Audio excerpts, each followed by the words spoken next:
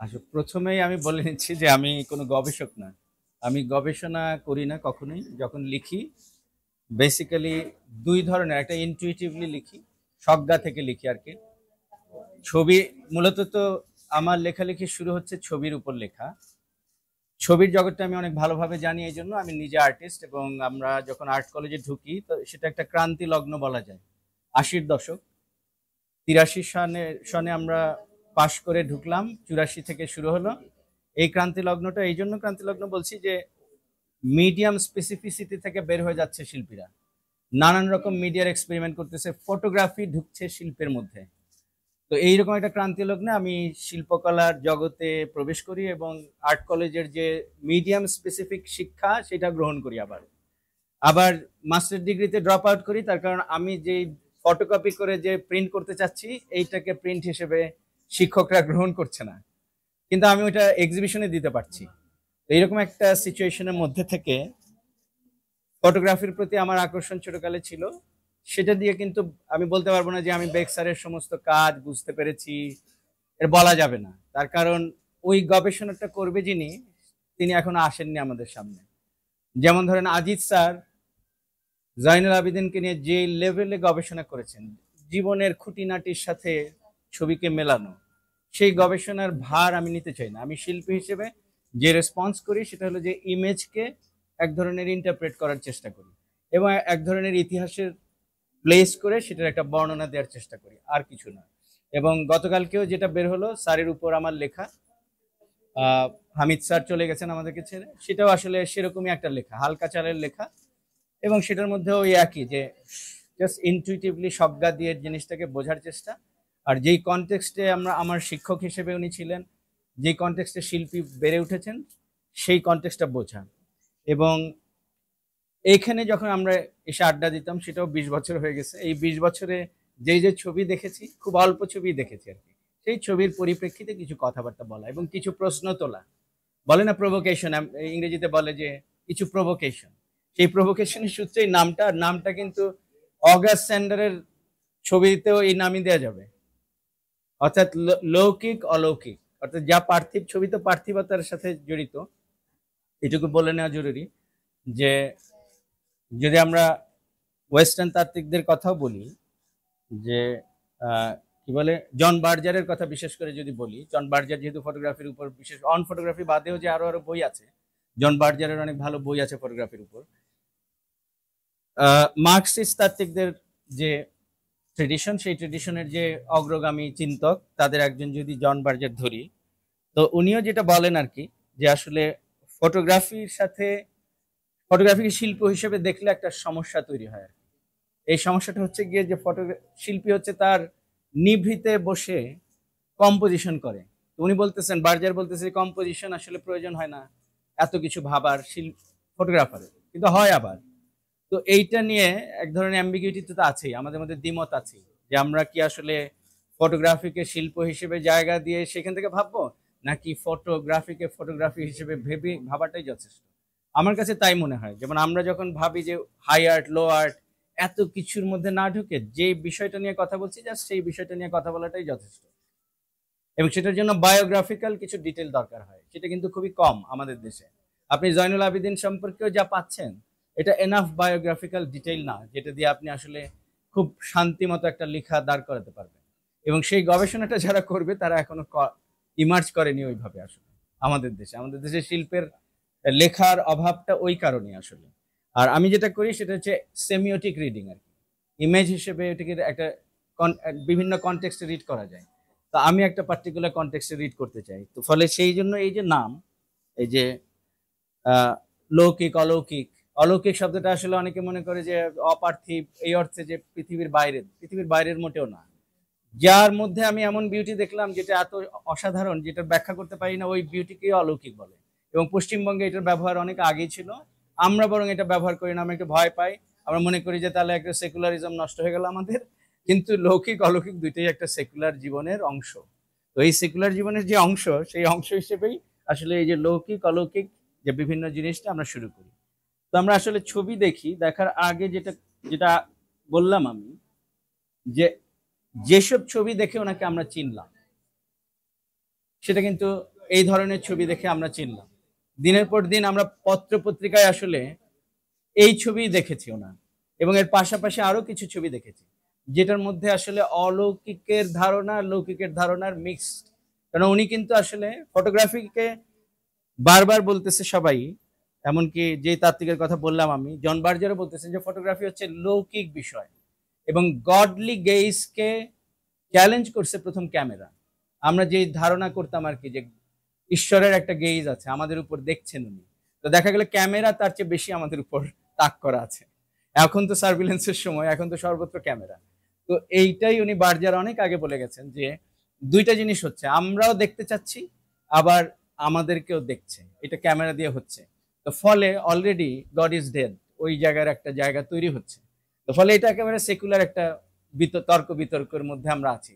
ওর মধ্যে থেকে যতটুকু গডলি গেজ নিয়ে কথা বলা যায় ততটুকুই আমরা বলতে পারবো। তো সেই সূত্রে যদি আমরা ধরি যে সৌন্দর্য, যদি ধরি যে ভারতীয় দর্শনে যে সৌন্দর্যের কথা বলা হয় যে লাবণ্য যোজন, সেই লাবণ্যের জায়গাটা কোথায়, সেই জায়গাটা কিন্তু মানুষই নির্ধারণ করে।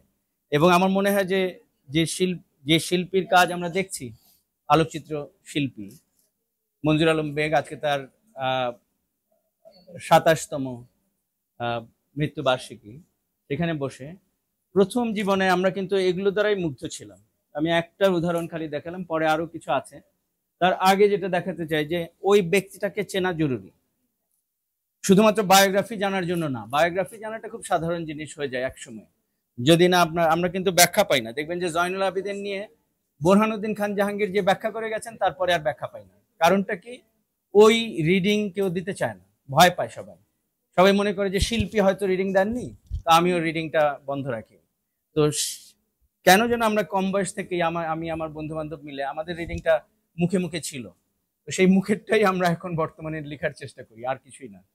তো এই চর্চার মধ্যেই অনেক বছর আছি, কিন্তু ফটোগ্রাফির জায়গাটা আমার কিন্তু এমন না যে আমি অনেক দিন ধরে ফটোগ্রাফির ফিল্ডে বিরাজ করেছি তারপর সেটা অ্যাবজর্ব করেছি। বরং বাইরের ফটোগ্রাফি বেশি দেখা হয়েছে, তার কারণ ম্যাগাজিনগুলো আসতো, সেই ম্যাগাজিনগুলো আমরা দেখতাম, কি বলে সেকেন্ড হ্যান্ড পুস্তকের দোকানে ম্যাগাজিনে ভরা ছিল ফটোগ্রাফি। সেগুলো কিনে নিয়ে যেতাম, সেগুলো দেখতাম, সেগুলো দেখে দেখে অগাস্ট স্যান্ডার থেকে শুরু করে নানান রকম রিয়েলিজম থেকে শুরু করে রোমান্টিক যারা, তারা কি ধরনের ছবি আঁকতেন, এটা ছবি গড়তেন ক্যামেরার মাধ্যমে, সেটাও দেখতাম। তো ব্যক্তি শিল্পীকে চেনার একটা অবকাশ থাকে। উনি নিজে, বেক্সার নিজে কিন্তু অনেক কিছু করে গেছেন আর কি, হাতের কাজ করে গেছেন, এগুলো তার নিজের সৃষ্টি। এবং উনি মোয়াব বলে নামে, ছদ্মনামে একটা বই লিখেছেন, যেটা আমি ফুটপাথ থেকে 10 টাকা দিয়ে কিনি একসময়, মনে আছে আমার।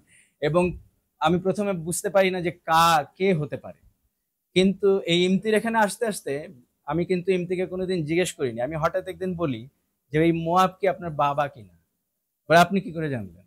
তা আমি বললাম যে আমার কেন জানি মনে হলো যে ওনার যে এক ধরনের সেলফ রাইটিয়াসনেসের জায়গাটা লুকিয়ে রেখে সেলফ রাইটিয়াসনেসটা সামনে আনা কাজের মাধ্যমে সেই রকম একটা একটা মানে স্রোত, চিন্তার স্রোত আমাদের দেখা যায়। আমি একটা উদাহরণ দিই, সত্যকে, এটা মোয়াবের কবিতা থেকে উদাহরণ দিচ্ছে, সত্যকে উলঙ্গ করে দেখার জন্য তাই ডুবে যেতে হয়, ডুবে যেতে হয় বাস্তবতার গভীরে, আর তা প্রকাশে চাই দুঃসাহস, যা আমার নেই, যা আমার নেই।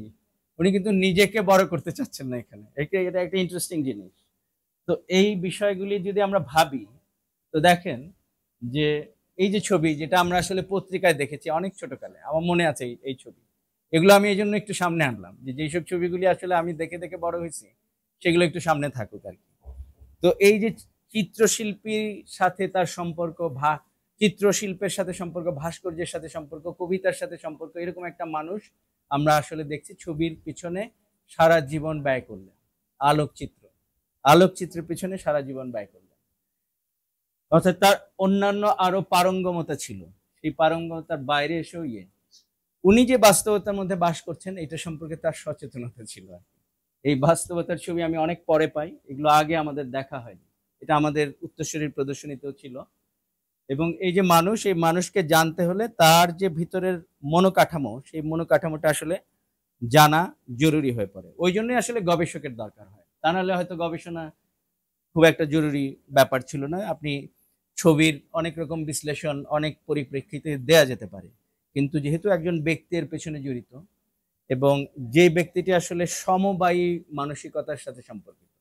এই সমবায়ী মানসিকতাটা উনার ছিল, যেটা নাসির নাসির আলী মামুন সামষ্টিক বলেন, আমি বলি সমবায়ী। আমি স্যারদের ক্ষেত্রেও এই যে আমাদের যারা ছিলেন অগ্রজ শিল্পী, যাদেরকে আমরা পাইনি আসলে, তার মধ্যে একজন তো অবশ্যই কামরুল হাসান এবং আরেকজন হচ্ছে জয়নুল আবেদিন, আর আরেকজন হচ্ছে এস এম সুলতান। কারোর সাথেই আমাদের অত সখ্যতা হয়নি। জয়নুলকে তো দেখিনি, বাকিদেরকে দেখেছি, কিন্তু সখ্যতা হয়নি। তো তাদের মধ্যে এই সমবায়ী চেতনাটা ছিল, সবচেয়ে বেশি ছিল জয়নুলের। এবং আমি একটা লেখা লিখেছিলাম ইয়ের অনুরোধে, আমাদের শিবলির অনুরোধে। তো আহ, সেই লেখার মধ্যে আমি প্রথমেই যেটা এনেছি এই দুজনের তুলনামূলক একটা আলোচনা, যে আসলে এই যে সমবায়ী একটা চৈতন্য, এই চৈতন্যের মধ্যে থেকে ওনারা বড় হয়েছেন এবং এই জন্য সমাজের কাছে দেয়ার বেশি তাড়না তাদের ছিল আর কি। সমাজ থেকে যত না ওনারা পেয়েছেন সে কথা ভাবেননি। তো এই জায়গা থেকে যদি ভাবি ওনাকে, তাহলে দেখতে হবে এই যে প্রথম এক্সিবিশন, আমি জানি না সালটা, আমার মনে নাই কত সালের হবে এটা, 60s রাস্তায় গেতে যখন এই এই ফটোগ্রাফিক সোসাইটি হলো, তারপরে এগুলো এগুলো এগুলো সব এখানে পেলাম আর কি।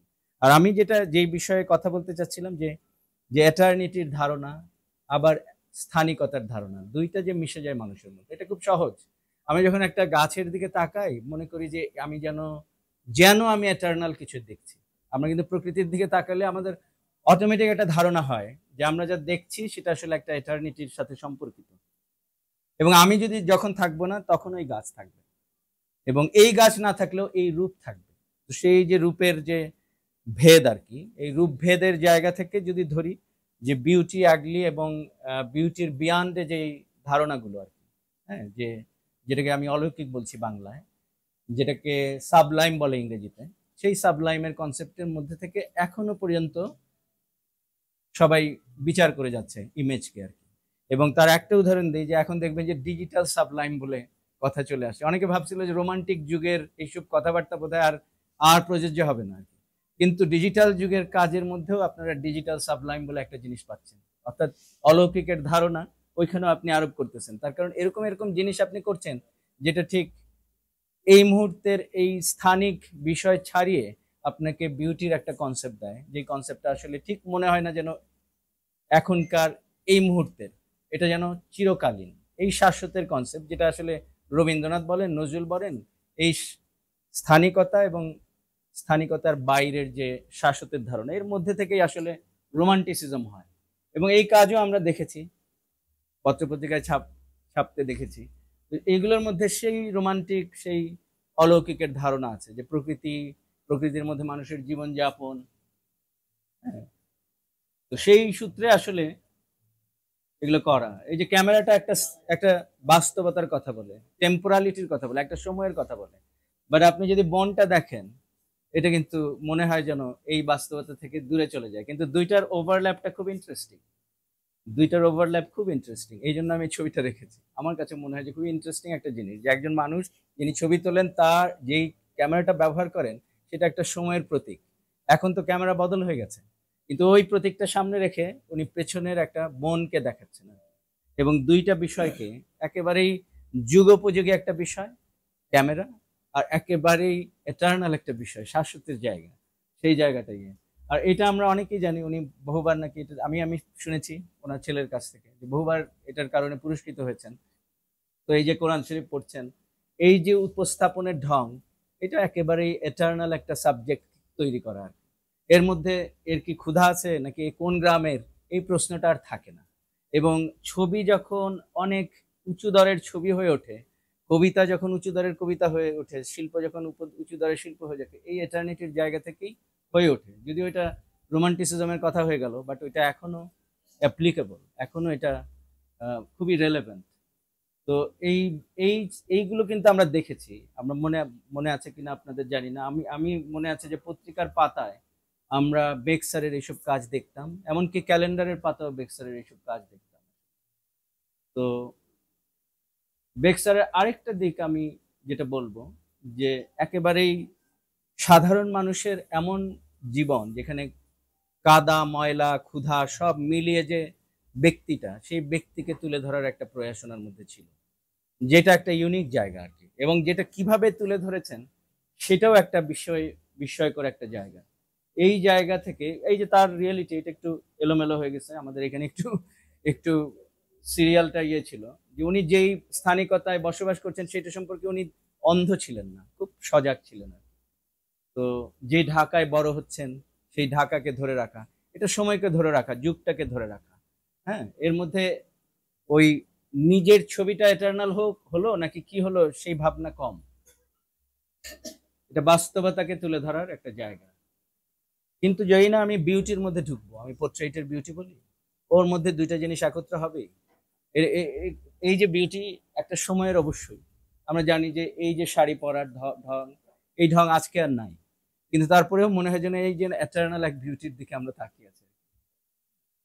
এবং পোর্ট্রেটের মধ্যে যে এই যে আইকনেসিটি আর কি, যে আইকনের মতো করে পোর্ট্রেটকে ধারণ করা, সেটা যেরকম ছিল, আইকনকে ভেঙে অন্যভাবে দেখানোর চেষ্টা ওনার মধ্যে ছিল। এই যে ওনারই বোনকে এমন ভাবে তুললেন যে মায়া, এটাকে এই যে বাস্তবতা, এই বাস্তবতাও উনি রাখলেন। এবং এটা আমরা অগাস্ট স্যান্ডারের কাজের মধ্যে অনেক দেখতে পাই আসলে, যে অগাস্ট স্যান্ডার যে ব্যক্তিকে তুলছেন তার ব্যক্তিত্বকে একটা একটা মায়াবী জায়গা থেকে তুলে ধরা, এটা একটা ফটোগ্রাফারের একটা বিশাল দায়িত্বের মতো মনে হয় অনেক সময়। ড্যাডি, হ্যাঁ, এগুলো হয়তো আরো ডেভেলপ করতে হবে, কিংবা এইভাবেই রেখে দিয়ে হয়তো করতে হবে, সেটা পরের বিষয়। আমরা একটা এক্সিবিশন প্ল্যান করছি, সেই এক্সিবিশনের মধ্যে আশা করি এগুলোর জায়গা হবে আর কি। যে বিউটির কথা বললাম, যে সৌন্দর্যের মাধ্যমে আসলে এক ধরনের সেন্স অফ দ্য বিয়ন্ড তৈরি হয়, সেইটা ফটোগ্রাফাররা যেভাবে তুলে ধরেন আর কি। এবং এটার শিল্পীর দায়িত্ব ছিল, আগে আঁকিয়েদের দায়িত্ব ছিল, কিন্তু যখনই ফটোগ্রাফি ইমার্জ করলো আস্তে আস্তে এই জিনিসটা চলে আসলো ফটোগ্রাফারদের হাতে। এবং প্রথম দিককার ফটোগ্রাফি দেখলে বোঝা যায় যে আসলে ওই যে রোমান্টিক যুগের যে পোর্ট্রেচার, সেটার একটা বিরাট প্রভাব রয়ে গিয়েছিল। পরে এটা রিয়েলিজমের দিকে আস্তে আস্তে অগ্রগতি হয়। সেই ইতিহাস একটা লম্বা ইতিহাস। তো বেক্সারের মধ্যে এই দুইটা টেন্ডেন্সি দেখা যায় আর কি, যে সময় উনি বসবাস করেন সেই সময়কে ধরা, অথবা এই যে যেমন একটা সাধু, এই সাধু যে একটা এটার্নাল একটা একটা প্রতীক হতে পারে আর কি, একটা শাশ্বতের প্রতীক হতে পারে, সেই জায়গাটাও আমরা দেখতে পাই। এবং একই জিনিস যে এই কলসি, হয়তো কলসির চেহারা বদল হয়ে গেছে, কিন্তু মানুষ যেভাবে বড় হয়, এই কলসি যে এই যে সাজুজ্য খোঁজা বস্তুর সাথে মানুষের এই যে দুয়ের যে অদ্ভুত ব্যাপার। হ্যাঁ, আর এটা নিয়েও আমি একটা লেখা লিখেছিলাম মনে আছে, যেটা হচ্ছে যে একটা যুগের সমাপনীর একটা চিহ্ন দেখছে নতুন যুগের বাচ্চারা। এই বাচ্চারা কোথায় যাবে আমরা জানি না, এখন এই বাচ্চারা কোথায় আছে আমরা জানি না, কিন্তু এটা ফটোগ্রাফি যেটা করে আর কি, জীবনের ফ্লোর মাঝখানে একটা পট করে কেটে দেয়, একটা মুহূর্তকে ধরে আর কি, এবং ধরে সেই মুহূর্তটাকে আসলে ইম্পর্টেন্ট করে তোলে। তো এই ইম্পর্টেন্ট করে তোলাটার পেছনেই অনেক কাঠখড় দরকার হয় আর কি। এবং যেই কারণে আমার মনে হয় যে যেটা জানা দরকার, যে আসলে এই যে মানুষটা যার চোখে কি দেখেন, যেমন শঙ্কর সাজওয়াল একটু আগে বললেন দাদা, যে হয়তো এমন একটা ধরন ছিল, এমন একটা চাহনি ছিল, যেটা এই অঞ্চলের মানুষের যে চরিত্র, সেই চরিত্রের সাথে মিল ছিল আর কি। তো সেটা কিনা আমি জানি না, সেটা সেই সম্পর্কে আমার বিশদ জানা নাই। কিন্তু একটা মজার কথা না বললেই না, এই লেখাটার মধ্যে আমি ব্যবহার করেছি আরো কয়েকটা লেখা, এটা চলে, যে অনেকভাবে দেখা যায় আর কি, যে কুতুব মিনার না হয়ে, উনি ফটোগ্রাফারদের বলছেন, কুতুব মিনার না হয়ে দাঁড়িয়ে শুধু স্তব্ধ হয়ে না থেকে চোখ দিয়ে সত্য সরাসরি দেখতে শেখা আর কি, এটা উনি বলছেন ফটোগ্রাফারদেরকে। এবং পুঁথিবিদ্যার চেয়ে পথের বিদ্যা সম্পর্কে ওনার একটা কথাবার্তা ছিল, আমি জানি না এটা কোত্থেকে নিয়েছি, আমি এটা ভুলে গেছি, কিন্তু এইটুকু আমি আমার লেখাটাই আমি ব্যবহার করেছিলাম। এবং এই যে বৈপরীত্য, এটা কিন্তু আছেই ওনার মধ্যে, যে একটা টাইমের নতুন একটা যানবাহন, আবার নদী, নদী যেটা এটার্নাল, যেটা শাশ্বত, নদী মুছে যাবে আবার নদী হবে, নদী একেবারে কখনোই মুছে যাবে না। আমরা যেই নদীমাতৃক দেশে থাকি, নদী একটা আমাদের বাস্তবতা, এই বাস্তবতা শাশ্বত বলে মনে হয় আমাদের কাছে। তো আবার এই যে সিট্রন গাড়ি, এটা আর আমরা পাবো না, ওটা একটা টাইমের ব্যাপার। এই দুইটাকে ওভারল্যাপ করা, এই ধরনের কিছু কাজ আমি যেটা দেখলাম, সেটা আমার কাছে মনে হয়েছে যে বেক্সারের এই একটা মনোযোগ, যে দুইটা বিষয়কে এক করে দেখা, যেটা আমরা আগেরটাতেও দেখলাম, দুইটা বিষয়কে এক করে দেখা, শৈশব, শৈশব যেটা একটা কোমল একটা শৈশব, যেটাকে আমরা একটা শাশ্বতের জায়গা থেকে দেখতে পারি, আবার একটা চিহ্ন, যে চিহ্নটা কিছুদিন পরে হারিয়ে যাবে, এমন একটা যন্ত্র। চিত্রণও তাই, আজকে আর পাবো না আমরা। 70s এর বা 60s এর একটা সময়, নদীর পাড়ে, ঢাকার কাছে যে নদী, হ্যাঁ, এটাও ঠিক ওই টাইমকেই দেখা, আর কিছুই না। তো এই যে পোর্ট্রেটের মধ্যে দিয়ে রিয়ালিটিকে এবং একটা ব্যক্তিত্বকে তুলে ধরার যে প্রয়াস, মঞ্জুর আলম বেগের কাজের মধ্যে এটা নেই। এইখানে বিশদভাবে কথা বলা যায় যে কেন একটা পোর্ট্রেট বাদ দিয়ে উনি কেন শুধুমাত্র একটা শরীরের নিম্নাঙ্গ দিয়ে কথা বলছেন। তো এখানে যদি ভারতীয় কলা ভাবনা থেকে একটু ধার করি, আমরা লক্ষণা যদি বলি, যেটাকে ইংরেজিতে বলে মেটোনিমি, আসলে একটা ক্ষুদ্র অংশকে দিয়ে আপনি একটা বড় জিনিসকে চিহ্নিত করতে চান। আপনি যে সাঁওতালকে উনি তুলে ধরেছেন, উনি যেখানে, উনি তো উত্তরবঙ্গের মানুষ, উত্তরবঙ্গের মানুষ হিসেবে উনি যে সাঁওতালদেরকে দেখেছেন, সেই সাঁওতালদের যে যে স্ট্রাগল, যে জীবনযুদ্ধ, সেই জীবনযুদ্ধের একটা খণ্ডিত অংশ দিয়ে উনি এই পুরোটাকে দেখতে চাচ্ছেন। এবং আমি আজকে দেখলাম প্রথম এটার পুরো পোর্ট্রেট। পোর্ট্রেট দেখে আমার সাথে সাথে মনে হয়েছে, আমি বললাম যে পুরো পোর্ট্রেট আমি রাখতে চাই না এখানে। তার কারণ হচ্ছে গিয়ে ওই পোর্ট্রেট দিয়ে আসলে এই স্ট্রাগলের জায়গাটা বোঝা যাচ্ছে না। যেটা বোঝা যাচ্ছে সেটা হলো এই ছবিটা দিয়ে। তো ফলে একটা মানুষকে উনি পূর্ণাঙ্গ তুলেছেন ঠিকই, আবার এটাও তুলেছেন, এবং এইটাতে যে স্ট্রাগলের জায়গাটা বোঝা যাচ্ছে, এটা অনেকটা জয়নুল আবেদিনের সেই দুর্ভিক্ষ চিত্রমালার মতো, যে কোনো ডিটেইল নাই, কোন ফুটপাতে বসে আছে নাই, এবং ওই ফুটপাথে, এবং আমিও জানি না যে এটা কোন গ্রামের, এবং গ্রামের বাস্তবতা এখানে আমি পেলাম না ঠিকই, কিন্তু যেই বাস্তবতা পেলাম, যে যে মানুষটা পেলাম, যে সাবজেক্ট উনি ধরেছেন, অসাধারণ। এবং ওনার মধ্যে এই টেন্ডেন্সিটা আরো আরো কাজের মধ্যে দেখা যায়। আসলে এটা একটা ইন্টারেস্টিং জিনিস, এই লক্ষণার মধ্যে দিয়ে, একটা সূত্রের মধ্যে দিয়ে আসলে তুলে ধরা। তো আসলে কত ধরনের বাস্তবতার মধ্যে একটা মানুষ বেড়ে ওঠে, এবং কি কি জিনিস লক্ষ্য করেন আর কি, এই লক্ষ্য করাটাই আসলে আমার মনে হয় যে সবচেয়ে বড় বড় ব্যাপার, যে আমি কি কি বাছাই করি, কি বাছাই করি আর কি বাছাই করি না। তো ইন্টারেস্টিং ভাবে এই যে আমি উলঙ্গের কথা বললাম, সত্যকে উলঙ্গ করার, করে দেখার যে বিষয়টা, এটা একটা অনেক আগের একটা পুরনো লেখায় আহ, আহ, কি মঞ্জুর আলম বেগ সম্পর্কে খান সারার মুর্শিদ লিখছেন আর কি, সেখানে উনি লিখছেন সত্যকে উলঙ্গ করে দেখা, খান সারার মুর্শিদ এটা ওখানে উল্লেখ করছেন। এবং এটা কিন্তু আমার জানা ছিল, আমি গতকালকে পড়লাম প্রথম খান সারার মুর্শিদের ওই লেখাটা, আমাকে কাজল পাঠাইছে, পরশুদিন আপনি পাঠালেন, সেটা আমি পড়লাম, পরে দেখলাম যে ওইখানে উনি ওই জিনিসটাই উল্লেখ করেছেন, যে সত্যকে দেখা, যা সত্য চাক্ষুষ, সেটার মধ্যে থেকে জীবনের সত্যটাকে বের করে নিয়ে আসা। এবং এইটা তার সবচেয়ে ভালো উদাহরণ, এর চেয়ে ভালো উদাহরণ হতে পারে না। এবং এগুলো এক ধরনের আইকন, আমরা যেইভাবে আইকনিক ভাবে ছবিকে দেখি, যে একটা সৌন্দর্য বোধ নিয়ে যেইভাবে দেখি, তার তার সাথে এটার বোঝাপড়া নাই, কিন্তু এটার বোঝাপড়াটা একেবারে জীবনের সাথে, যে যে জীবনে আমি দেখছি, এখানে আলো ছায়ের খেলা নাই, কিচ্ছু নাই, একেবারে বাস্তব। পুকুর পাড়ে বসে সিগারেট টানছে পা দিয়ে, এটা আইকনকে যেভাবে ভেঙে দেয়, মানুষের জীবনকে যে সত্য জায়গায় এসে দাঁড় করায়, এটা অসম্ভব জায়গা, ওই অনেকটা ওই পোর্ট্রেটহীন, ঊর্ধ্বাঙ্গহীন ওই মানুষটার মতো। এই পোর্ট্রেটের নানান রকম ইয়ে আজকে আমি দেখলাম, আজকে আমরা বেশ কিছুদিন ধরে দেখছিলাম আমরা, যে ছবিগুলি কিরকম, কতটুকু আমরা দেখাবো, আসলে অনেক কিছুই দেখানো যায়।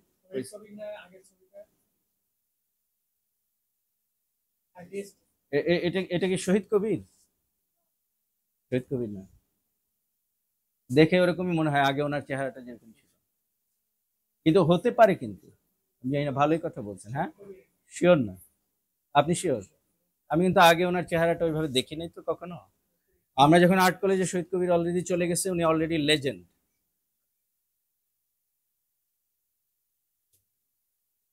ভাবনা আরো আমাদের থাকা দরকার ছিল, যেমন আমি একটা উদাহরণ দিই, যে দৈনিক বাংলায় নাকি উনি 1992-তে বেশ কয়েক মাস ধরে কোন ছবি কেন ভালো, এরকম একটা সিরিজ লিখছে, আমি কোথায় যেন পড়লাম এটা।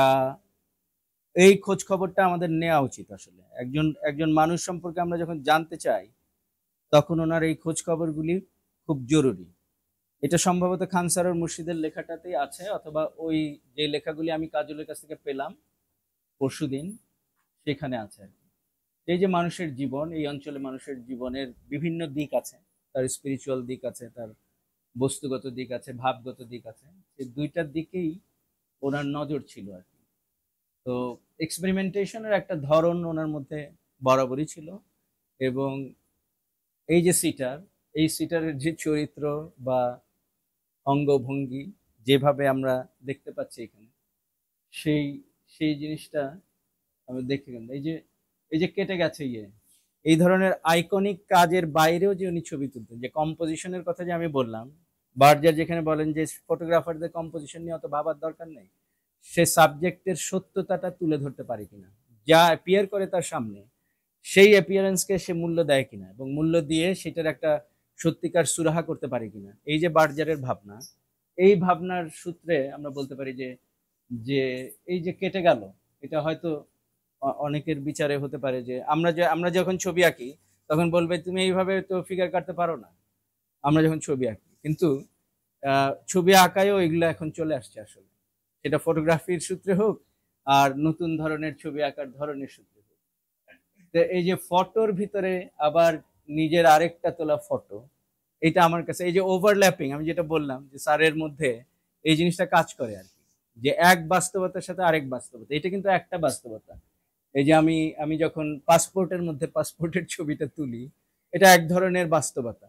আর ওই একই মানুষ, আনোয়ার ভাই, এখানে সবাই আমার চাইতে বেশি আনোয়ার ভাইকে চিনতেন, আমার সাথেও বেশ ভালো সম্পর্ক ছিল। সেই আনোয়ার ভাইয়ের সেই বাস্তবতা, যে আগের একটা ছবি আর পরের একটা ছবির যে ওভারল্যাপিং এর, এইখানে একটু মজা করার জন্য জোর করে আমি এটা রাখছি। বারবার ইমতি এটা মুছে ফেলতেছে, যে এই যে ইমতি, এই যে আহ, খুবই তার কনফিডেন্সের অভাব ছিল না, বোঝা যায় ছোটকাল থেকেই মারাত্মক রকম দিয়ে। এখানে একটু পেন্সিভ মোডে আছে, এই হচ্ছে ইমতিয়াজ, এটা মজা করার জন্য রাখলাম। তো ফটোগ্রাফির যে আমার একটা প্ল্যান আছে যে ফটোগ্রাফির আদ্য কথা বলে একটা বই লিখবো, যেটা আসলে ফটোগ্রাফির এখানকার আন্দোলনটা যদি ধরা যায়। আমি অবশ্যই যারা গবেষক তাদের সাহায্য লাগবে গবেষণার মধ্যে দিয়ে, যেমন আমাদের সামনে নাসির আলী মামুন আছেন, নাসির আলী মামুনও আহ, আহ, গবেষণা করেন, এবং ওনার যে সংগ্রহ, সেই সংগ্রহের ভিত্তিতে গবেষণা করাটা সহজ হয় আসলে। তো সেই সংগ্রহ আমার নেই, বিশেষ করে বাংলাদেশের ফটোগ্রাফির সংগ্রহ ছাড়া আপনি তো আসলে বড় গবেষণা করতে পারবেন না। আর যে লেখালেখিগুলি যেখানে যা বের হয়েছে, সেইটারও একটা সংগ্রহ থাকা দরকার। তো সেই রকম সংগ্রহ যেটা আহ, দিন মোহাম্মদ শিবলি একটু আগে, কিছুক্ষণ আগে, এর আগের পর্বে বললো আর কি, যে আপনার এক ধরনের প্রয়োজন হয়, একটা ইনস্টিটিউশনাল একটা প্রচেষ্টার দরকার হয় আর কি। সেই প্রচেষ্টা ছাড়া আসলে এগুলো সম্ভব না। কাজল, হ্যাঁ, কাজল যেভাবে একটা লাইব্রেরি গড়ে তুলছে, যে সেই ধরনের একটা বিষয় প্রয়োজন হয় আর কি। এবং মনে রাখা দরকার যে যে উনি যে বাস্তবতার মধ্যে ছিলেন, সেই বাস্তবতা, সেই সময়কে ধরে রাখার জন্য যে কাজ করেছেন, এবং উনি যে বিদ্যায়তনিক যে জায়গাটা তৈরি করতে চেয়েছেন, এইটাকে যদি ধরি আমরা একটা আহ, একটা সূতিকাগার, এখান থেকে অনেক কিছু সূত্রপাত আসলে। তো সেই সূতিকাগার এর মধ্যে যিনি কাজ করেছেন, তার যে এক্সপেরিমেন্টেশনের যে ধরন, সেটা কিন্তু আমরা এখনো পর্যন্ত জানি না। এটা কিন্তু ওনার একটা কাজ, যেটা আমরা পিকাসোর একটা চেষ্টা দেখি এক সময়, যে আলো দিয়ে একটা গড়ে তোলার আর কি। আমি খুব দ্রুত করে দিচ্ছি, আপনারা অবশ্যই টায়ার্ড।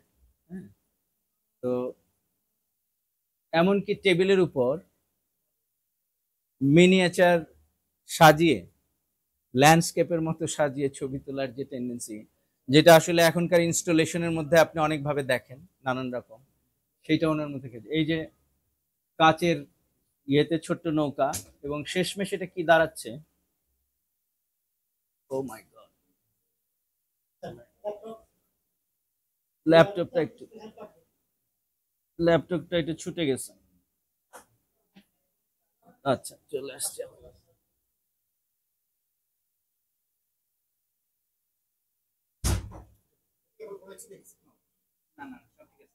ঠিক আছে, ঠিক আছে, এটা জাস্ট একটু চলে আসছে, সরি।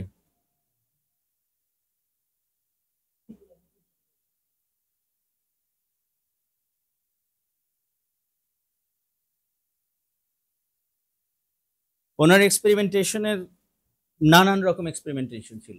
একটা হচ্ছে যেমন সোলারাইজেশন, যেটা আসলে আমরা জানতাম যে প্যারিস পর্বে সোলারাইজেশনের একটা ইয়ে ছিল। আর আর্ট সম্পর্কে তার চিন্তার একটা মজার জিনিস ছিল, লেখায় তিনি শিল্প বিষয়ে ধারণা একটা বিশদ করেছিলেন একটা জায়গায়। শিল্প সৃষ্টির জন্যই হোক অথবা সমালোচনার জন্যই হোক, দুটোর জন্যই মানসিক প্রস্তুতি দরকার। উনি লিখছেন আর কি, আমি ওনাকে কোট করছি। আলোকচিত্রের এই গুরু লিখছেন যে আর্ট কোনো নিয়মের মধ্যে ফেলে সৃষ্টি করা সম্ভব না। হ্যাঁ, এখানে থাকুক। হ্যাঁ, এটা দিতে হবে এখন। আচ্ছা ঠিক আছে, অসুবিধা নেই। তা করতে গেলে আর্ট থাকে না, বিজ্ঞান হয়ে যায়। তো আর্টটা ব্যাকরণের অতীত হিসেবে উনি দেখতেন।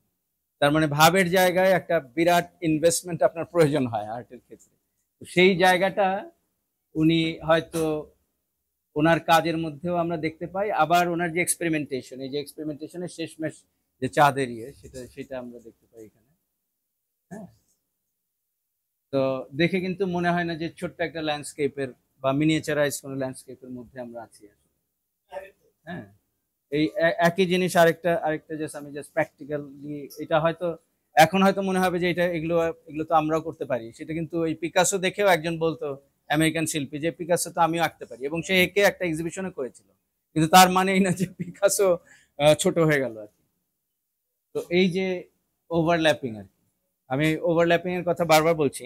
তো তাই, হ্যাঁ হ্যাঁ, এক্স্যাক্টলি ইমতি বলছিলেন আমাকে, ইমতি পরিচয় করে দিচ্ছিলেন। তো এই যে পোর্ট্রেট, এই পোর্ট্রেটকে যখন সোলারাইজ করা হচ্ছে, এটা যথেষ্ট বিকৃতির দিকে যাচ্ছে, যথেষ্ট পিকাসো এস্ক হয়ে যাচ্ছে আর কি, যথেষ্ট সুরিয়াল হয়ে যাচ্ছে আর কি। তো এই সুরিয়ালিজমের একটা ভিত্তি আমরা এখানে দেখতে পারি আর কি।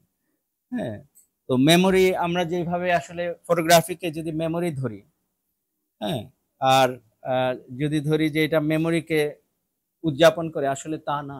ফটোগ্রাফি আসলে শুধু মেমোরিকে উদযাপন করে না, তাহলে আমরা সাধারণ ফটো দিয়েই খুশি থাকতাম। ফটোগ্রাফি শিল্প হয়ে উঠতে চায় সবসময়। ফটোগ্রাফি একটা মোমেন্টকে ধরে ওইটাকে একটা বিশিষ্ট চেহারা দিতে চায়, ওই মোমেন্টটাকে উদযাপন করতে চায়। তো ফলে ওই উদযাপনের মধ্যেই একটা সিম্পল বাস্তবতার বাইরে চলে যাওয়ার একটা টেন্ডেন্সি আছে।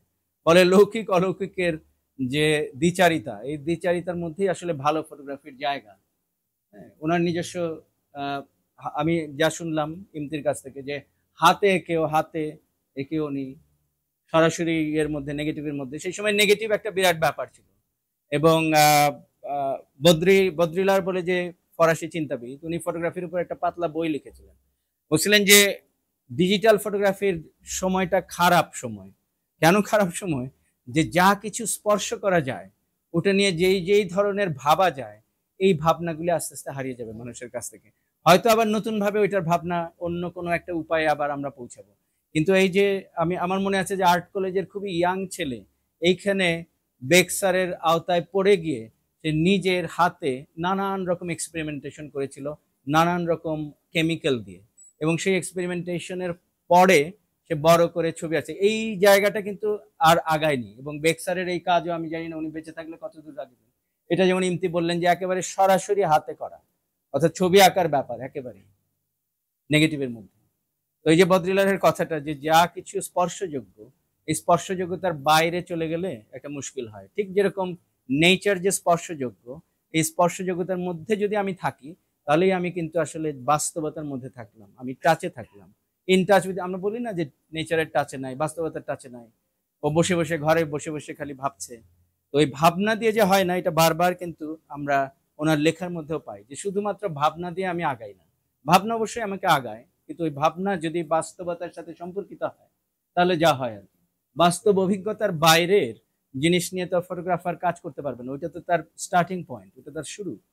তো সেই শুরুটা, যেমন আমার মনে আছে যে আমি প্রথম যখন এই কাজগুলো দেখি, বিশেষ করে, আচ্ছা এখান থেকে বোধহয় একটা দুটা কাজ চলে গেছে, এটা একটা সিরিজের অংশ ছিল, খুবই এক্সপ্রেশনিস্টিক কাজ। এই কাজ যে বেক্সার করেছেন বা কোনো ফটোগ্রাফার করেছেন, এটা আমার জানা ছিল না। তো এইটা দেখার পরে আমার মনে আছে যে আমি তখন একটা কিউরেট করছিলাম, কি বলে এটাকে, সিটি ব্যাংকে।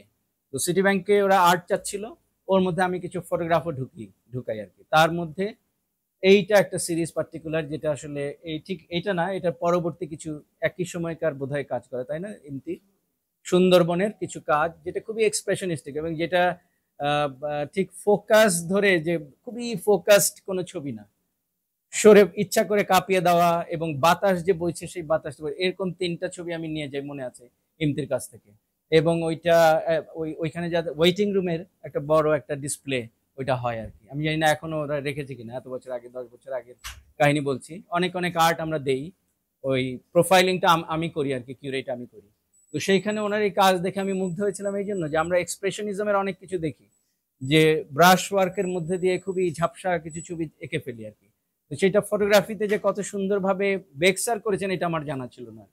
তো এখানে কয়েকটা ছিল, আমি জানি না এখন এটা ওটা দেখছি না আর কি। তো নানান রকম এক্সপেরিমেন্ট উনি করেছেন ছায়া নিয়ে, ইয়ে নিয়ে, হ্যাঁ, যেগুলো এই যে এইটা যেরকম পোস্টারাইজ করা বললো আমাকে, আমি জানি না সেই সময় পোস্টারাইজ করতে নাকি কি নেগেটিভ পজিটিভ বোধহয় একসাথে করে একটু সরিয়ে টরিয়ে তারপর কাজ করতে হতো আর কি। তো সেই ডার্ক রুমের যে ওনার যে মানে উনি যে যেই লেভেলের করিতকর্মা ছিলেন ডার্ক রুমে, সেটা অনেকেই এখানে শিখতে আসতেন।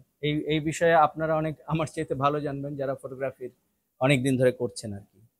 তো আমার মনে হয় যে এক্সপ্রেশনিস্টের ওই কাজটা থাকলে ভালো হতো, আমি দেখছি না এখন আর। তো আমরা এখন আলোচনা, হ্যাঁ না এটা না, হয়তো মিস করে যাচ্ছে আর কি। আমরা এখন আলোচনায় চলে যেতে পারি আর কি। আমি যেটা ইচ্ছা ছিল যে আমরা আসলে এই উপলক্ষে যদি স্যারের কাজ নিয়ে কিছু কিছু আলোচনা আমরা এখানে করতে পারি আর কি।